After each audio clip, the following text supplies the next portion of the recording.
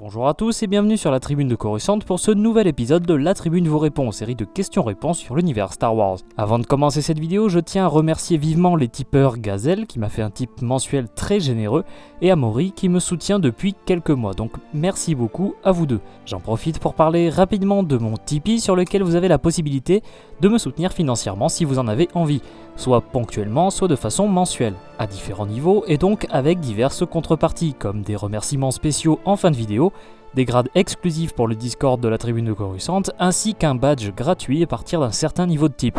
Si vous voulez donc me soutenir, vous avez les liens Utip et Tipeee qui sont dans la description de la vidéo. Donc merci encore une fois aux tipeurs pour vos dons et pour votre générosité, que la force soit avec vous. Aujourd'hui, on commence avec la question de Valentin Gia qui me demande plus de détails sur les yeux de Jaig.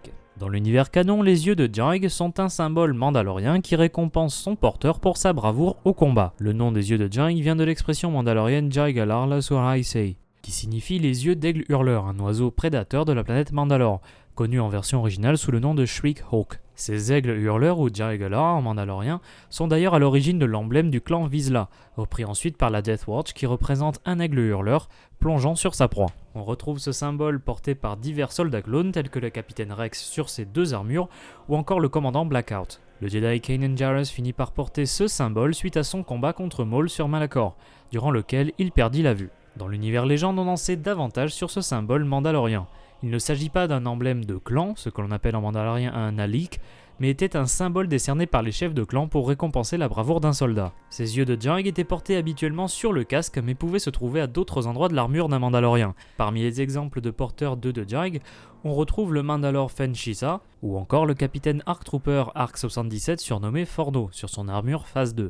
La présence de ce symbole chez les clones s'explique par le recrutement des Kuivaldar, une expression mandalorienne qui signifie ceux qui sont partis ou plus littéralement ceux qui n'existent plus. Ces Kuivaldar ont été recrutés par Jango Fett pour venir sur la planète Kamino vers 30 ans avant Yavin, afin d'entraîner les commandos de la République. Ces Kuivaldar étaient composés de 100 individus, dont 75 étaient des Mandaloriens. C'est donc par ce biais que la culture mandalorienne s'est immiscée parmi les rangs des clones de la Grande Armée de la République, les clones étant d'ailleurs des copies de Jango Fett, un Mandalorien reconnu dans la faction des vrais Mandaloriens et qui fut même pendant un temps le Mandalore.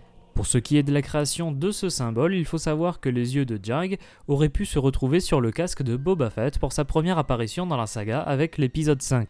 On peut voir ça notamment dans un concept art de Joe Johnston, mais ce symbole fut finalement retiré du design final de Boba Fett pour sa première apparition dans le Holiday Special en 1978, puis l'épisode 5 en 1980. Si vous voulez en savoir plus sur la culture mandalorienne en général, je vous recommande l'article Les Mandaloriens, Peuple et Culture écrit par Karen Travis, l'autrice qui est à l'origine de la création du langage mandalorien et de toute leur culture qu'elle a utilisée dans les romans Republic Commando. Cet article est paru en France dans le Lucasfilm Magazine numéro 58, paru en mars 2006. On poursuit avec la question de Chacha P qui me demande de parler du vaisseau des Chevaliers de Ren.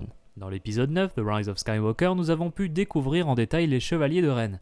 Ils sont au nombre de 6 sans compter leur maître Kylo Ren et sont nommés ainsi Aplek, Cardo, Kuruk, Trujen, Ushar et Vikro. Si vous voulez en savoir plus à leur sujet et sur leur histoire, je vous recommande la vidéo de review que j'ai faite à propos du comics The Rise of Kylo Ren.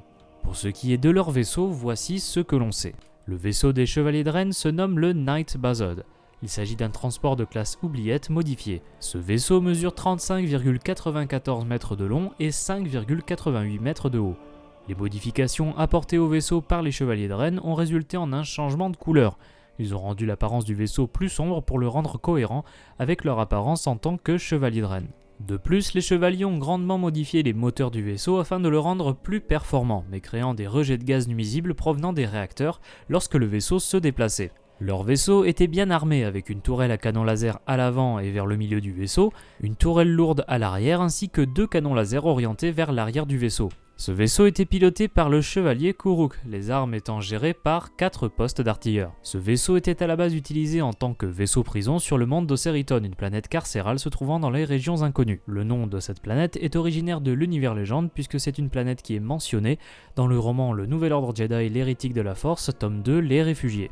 Cette planète, dans l'univers canon, fut attaquée par les Chevaliers de Ren qui libérèrent tous les prisonniers et s'emparèrent d'un des vaisseaux de classe oubliette pour qu'ils deviennent leur vaisseau transport personnel. C'est à bord de ce vaisseau que les Chevaliers de Ren se rendirent sur Pasaana, où ils capturèrent Chewbacca. C'est également dans le Night Buzzard qui suivirent Rey, Finn, Podemon ainsi que les deux droïdes C3PO et R2D2 qui étaient à bord du vaisseau de l'assassin Sith Ochid Bestoon, nommé le Bestoon Legacy, jusqu'à la planète Kijimi. C'est d'ailleurs les Chevaliers de Ren qui alertèrent le suprême leader Kylo Ren de leur présence sur la planète. Enfin, nous savons que les Chevaliers sont ensuite revenus sur Exegol et finirent par y mourir, tués par leur ancien maître Ben Solo qui avait abandonné le côté obscur. Nous ne savons pas ce qu'il advient de leur vaisseau après ces événements. Merci d'avoir regardé cette vidéo, j'espère qu'elle vous a plu. Si c'est le cas, n'hésitez pas à laisser un pouce bleu, la partager et vous abonner si vous ne voulez pas rater les prochaines vidéos de la Tribune de Coruscant. Je vous encourage à poser vos questions pour les prochains épisodes dans les commentaires de la vidéo. Si vous voulez soutenir la chaîne, il est possible de le faire sur Tipeee et Utip. A bientôt et que la force soit avec vous.